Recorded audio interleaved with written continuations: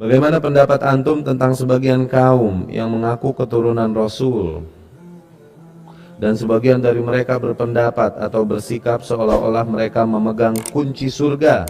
Mohon penjelasannya, barakallahu fiik. Semoga Allah beri hidayah mereka. Semoga yang kita sampaikan bukan berangkat dari kebencian, tapi dikarenakan kita mencintai yang hak pada mereka. Sanad mereka apabila kita tinjau secara ilmiah kepada Rasul Shallallahu Alaihi Wasallam, nasab mereka terputus di Ali al-Muhajir itu. Ini dari sisi sanad, oke? Dikarenakan seseorang mengaku keturunan Rasul Shallallahu Alaihi Wasallam, ini kabar yang berkaitan dengan agama. Kabar yang berkaitan dengan agama, kita perlu kalam ulama jarah wa ta'dil tentang soduk, kejujuran, kebenaran akidah ini orang yang membawa sehingga kita terima atau kita tolakkah kabarnya. Iya nggak? Saya difahami nggak? Oke? Dari sisi sana, dari sisi nasab, kita tidak meyakini kebenaran keturunan Rasul Shallallahu Alaihi Wasallam. Dikarenakan tidak ada perkataan ulama jarah wa ta'dil tentang si fulan ini, Ali al-Muhajir. Apakah dia jujur, akidahnya baik atau tidak, sehingga kita terima kabarnya, riwayatnya. Orang yang tidak ada perkataannya, tidak ada kabarnya di dalam kitab jarah wa ta'dil, maka kita katakan orang ini majhul. Yang majhul demikian, kabarnya tertolak. Maaf, ini agama, bukan sembarang orang bisa mengaku-ngaku. Iya kan? Maka dari situ kita katakan sanadnya munqati', terputus. Itu satu sisi dari nasab, dari sanad. Tapi katakanlah kita harus oke, turunan Rasul sallallahu alaihi wasallam. So what? Terus kenapa? Mau bagusan terus jadi benar aja yang kau lakukan? Salah. Bahkan Husain bin Ali bin Abi Thalib radhiyallahu anhum ketika salah keliru disalahkan oleh para sahabat ketika berontak khuruj. Ibnu Abbas, Ibnu Umar sampai berkata mereka kalau bukan karena takut dikatakan orang tidak pantas, niscaya aku akan jenggut rambutmu dan seret kau kembali ke dalam Madinah agar kau tidak berontak dari Yazid. Salah kan? Dibilang salah, ini emang cucunya beneran. Salah, bertentangan dengan ajaran Rasul, salah, maaf. With all due respect, dengan segala hormat, salah. Kalaupun turunan Rasul, salah. Kalaupun istri Rasul, Ummul Mukminin Aisyah radhiyallahu anha, salah. Dan dia menyesalinya dan dia bertaubat darinya. Radhiyallahu anhum ajmain. Ini sekarang cucunya yang nggak tahu benar apa enggak nih cucunya. Terus menyeru-nyeru kepada amalan-amalan yang sama sekali Rasul nggak pernah ngajarin begitu. Bahkan menyeru kepada kesyirikan, pengagungan diri, pengagungan kuburan. Aduh, itu sih turunan siapa juga kita salahin. Kami sampaikan hal ini bukan karena benci kepada sesama muslim, justru kami cinta hidayah kepada sesama muslim. Di zaman Nabi Muhammad sudah ada orang yang mengatakan bahwa keturunan Nabi Muhammad nggak ada. Nabi Muhammadnya masih ada. Nabi Muhammadnya masih ada, dia udah bilang bahwa keturunan Nabi Muhammad gak ada. Dia bilang, wah Muhammad abtar, Muhammad gak bakalan punya keturunan. Faham?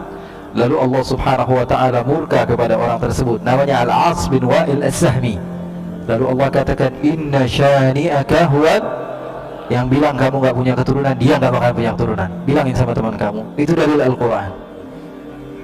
Baca terus menerus tapi gak paham. Inna syani'aka.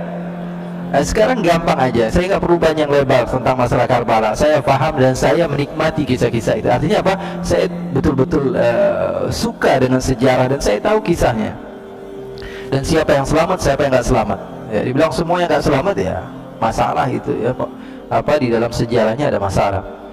Ulama semua sepakat kok. Sekarang saya sebutkan hadis satu saja dari Al-Imam Ahmad bin Hanbal.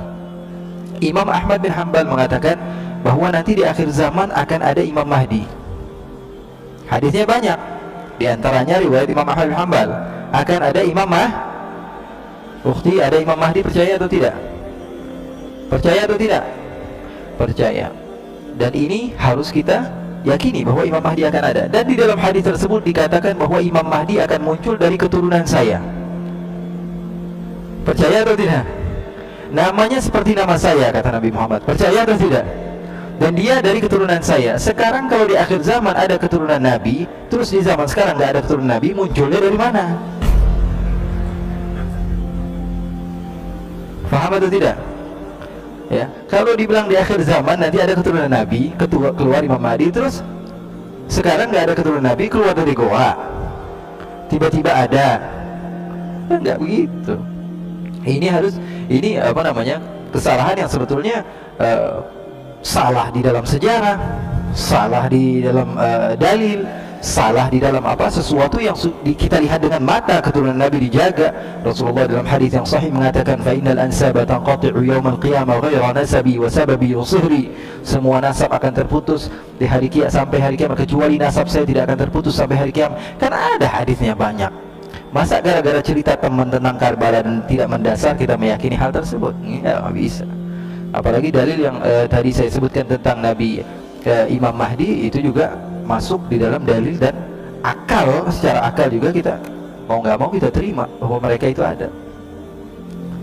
Jadi yang selamat ada namanya Ali Zainal Abidin, cucu Nabi. Ya, beliau orang yang diselamatkan, dan ceritanya ma'ruf, semua ulama sejarah mengatakan bahwa Ali Zainal Abidin masih ada. Bahkan beliau dibawa-bawa dari Karbala sampai menuju ke beberapa tempat. Dan putra-putri Rasulullah SAW masih beberapa yang hidup, putra-putra Hasan masih banyak ketika itu. Jadi nggak semuanya meninggal. Memang ketika itu dizalimi, tapi ada beberapa keturunan Nabi, dan yang paling terkenal Sayyidina Ali Zainal Abidin. Ali Zainal Abidin adalah gurunya para ulama-ulama.